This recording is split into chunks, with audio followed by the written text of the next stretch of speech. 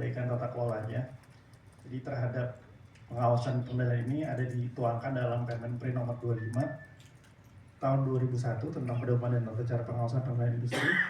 Dan pengawasan itu sendiri ada beberapa lingkup yang diawasi, mulai dari SDM industri, pemanfaatan SDA, manajemen energi, hingga ke keamanan dan keselamatan hasil produksi dan penyimpanan pengangkutan. Termasuk ada standar industri hijau juga. Dan nanti kami juga akan paparkan ada beberapa langkah-langkah ataupun kegiatan terkait Wasdal ini yang kami sudah lakukan. Dan ini merupakan tujuan dari Wasdal itu sendiri, nantinya akan memberikan kepastian hukum dan kepastian berusaha dalam pelaksanaan kegiatan usaha industri dan usaha kawasan industri. Selain itu juga bertujuan untuk menciptakan iklim usaha yang kondusif bagi penanaman modal di sektor usaha industri dan kawasan industri, kemudian menjaga kelestarian lingkungan, dan tentunya untuk peningkatan daya saing industri nasional. Jadi terkait Wasdal, dari sisi Direktorat Industri Logam, kami telah menjalankan Wasdal pada tahun 2024 itu. Ini sebagai upaya kami dalam mendukung tata kelola, khususnya untuk ESG itu. Ini adalah gambaran kami melakukan inspeksi pada saat terjadi kecelakaan kerja.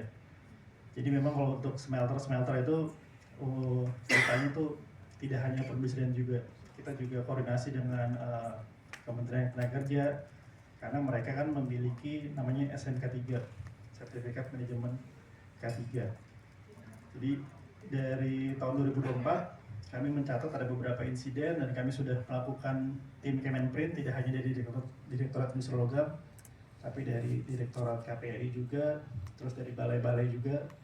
Kami melakukan inspeksi, kami melakukan rekomendasi juga, kemudian juga kami melakukan follow up juga apabila hasil rekomendasi kami sudah ditindaklanjuti. Jadi ada beberapa insiden, kami mengeluarkan rekomendasi dan agar segera ditindaklanjuti.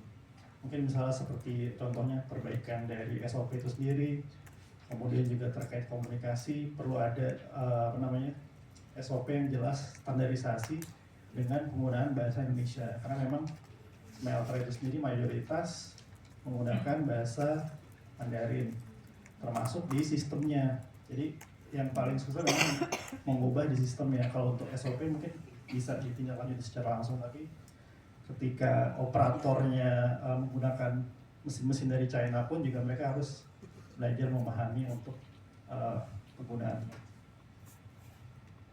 Ini adalah contoh kasusnya inspeksi di ITSS, kita lakukan audit, terus rekomendasinya kita menyarankan untuk penambahan brick wall untuk pada area furnace, karena pada waktu itu ada tumpahan sehingga memberikan menimbulkan dampak korban jiwa. Terus juga terkait perbaikan jalur evakuasi ini sudah dilakukan. Ini merupakan hasil dari rekomendasi dari tim Wasdal Kementerian Perindustrian. Jadi ini untuk catatan juga untuk Wasdal Kementerian Perindustrian selama tahun 2024 sudah ini tidak hanya untuk di Direktorat Industri Logam saja, jadi ada di Kimia Hulu, di perwilayahan, dan di direktorat lainnya juga ada 41 kasus kawasan rutin, 7 kasus untuk yang insidental yang tadi di smelter, dan 13 kasus pengawasan perizinan usaha. Kemudian ini merupakan rekomendasi dan nantinya akan kita tindak lanjuti. Jadi terkait dengan pengawasan itu juga kita perlu penguatan kapasitas, ketersediaan sumber daya pengawasan, karena memang saat ini sumber daya kami terbatas juga. Jadi kita tidak mungkin secara rutin dan selalu mengawasi dari smelter-smelter yang ada. Jadi pengawasan yang kami lakukan mungkin bisa melalui dari pelaporan industri yang ada di SINAS, Sistem Informasi Industri Nasional. Kemudian terkait dengan penyusunan regulasi teknis Wasdal yang lengkap dan detail, nantinya akan disusun juknisnya. Kemudian juga terkait integrasi data dan peningkatan akses informasi, lalu peningkatan sosial dan edukasi kepada pelaku usaha. Jadi memang banyak juga pelaku usaha yang belum aware gitu terkait dengan pelaporan yang harus dilakukan juga. Jadi tadi mungkin seperti contohnya itu tadi yang dipaparkan oleh SDM. Jadi kami juga beberapa KL menyusun namanya Simbara, itu Sistem Informasi Mineral Batu Bara.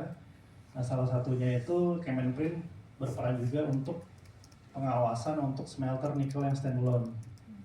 Jadi Simbara itu memang sangat mendukung ESG dalam hal perbaikan tata kelola, karena itu mendukung transparansi di mana nantinya smelter-smelter tersebut akan menginformasikan mereka sudah membayar royalti dan nantinya diverifikasi oleh PJA melalui NTPN tersebut. Jadi nanti dalam hal itu mereka terinformasi, mereka mendapatkan source-nya itu, inputnya tuh dari tambang mana, apakah sudah bayar royalti atau belum. Kemudian nanti rencana kedepannya tentunya input dan outputnya kita akan analisa. Jadi apakah input outputnya perbandingan ini masuk akal atau enggak. Jadi tentunya ini untuk mencegah kebocoran-kebocoran. Kemudian yang terakhir juga ini ada beberapa terkait dukungan teknis untuk penggunaan platform digital, lalu juga untuk harmonisasi dan penyederhanaan kewajiban pelaporan. Jadi mungkin dari Direktorat Logam itu ada tadi beberapa juga upaya yang dilakukan untuk mendukung ESG, dan kami harapkan juga nantinya kami bisa menyusun pedoman ESG untuk industri pengolahan dan pemurnian, khususnya nanti untuk komunitas nikel, jadi bisa diimplementasikan juga. Sekian dari kami yang bisa saya sampaikan. Terima kasih.